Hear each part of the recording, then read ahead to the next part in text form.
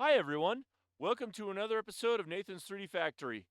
In this episode, I'm going to show you the really awesome tool I just discovered, the Polybuild tool. So, what is it? Well, first, let's go into edit mode and I'll show you. If I go tab, then what I'm going to do is I'm going to delete everything here for a moment. I'm going to build something new up here, right? I know it's probably a waste of an effort, but here's what I'm going to do. Control right click to start us out, to give us something.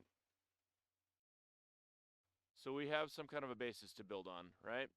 So if I do an Alt F, okay, so we got kind of like the starting of like what would be a typical process of maybe what seems fast, right?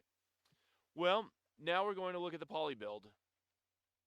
So right here, I'm going to select this, and right off the bat, you can see that it's already highlighting these edges, right?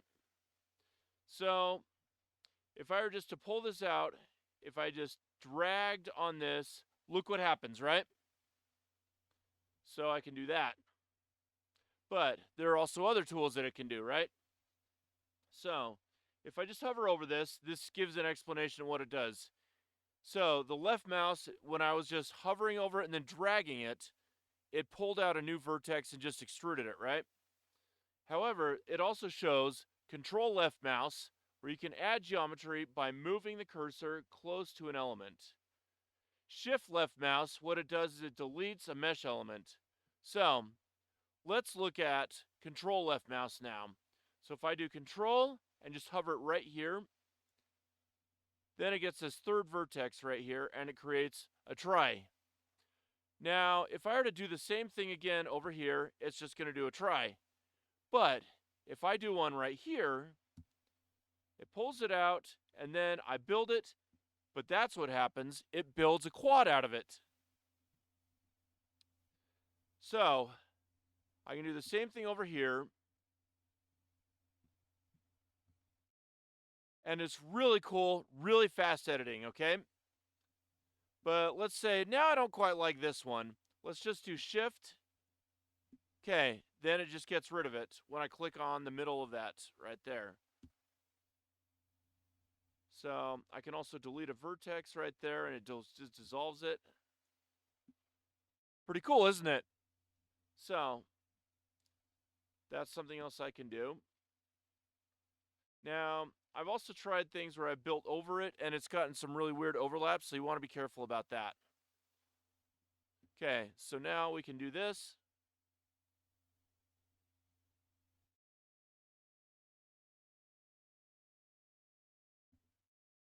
So pretty sweet stuff, right?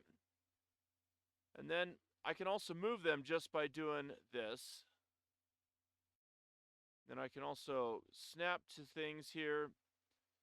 I can do vertex right here, right? Okay.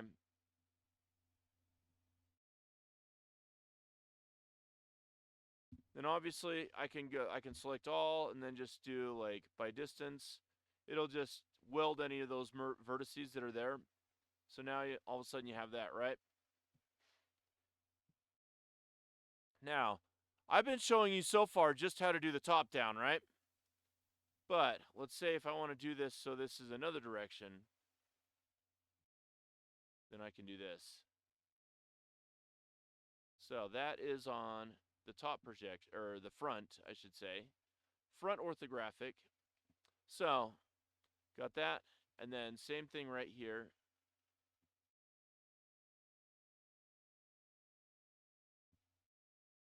But I can also do it in other views where it does this.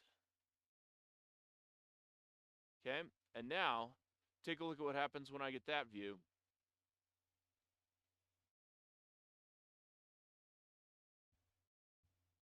Pretty sweet, isn't it? Okay.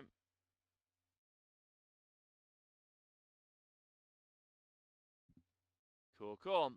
So that is some really cool stuff that you can do with this Polybuild tool. So, I hope that you'll take the time to check out this really awesome tool and that you'll let me know what you think of this. So make sure you let me know in the comments what you use this for. how you think of this versus doing traditional building methods. I really like it. It's not going to totally replace my traditional building methods, but it's another really cool tool to get it so that I get an easier building method for making my models. So if you haven't subscribed to my channel, make sure you do so.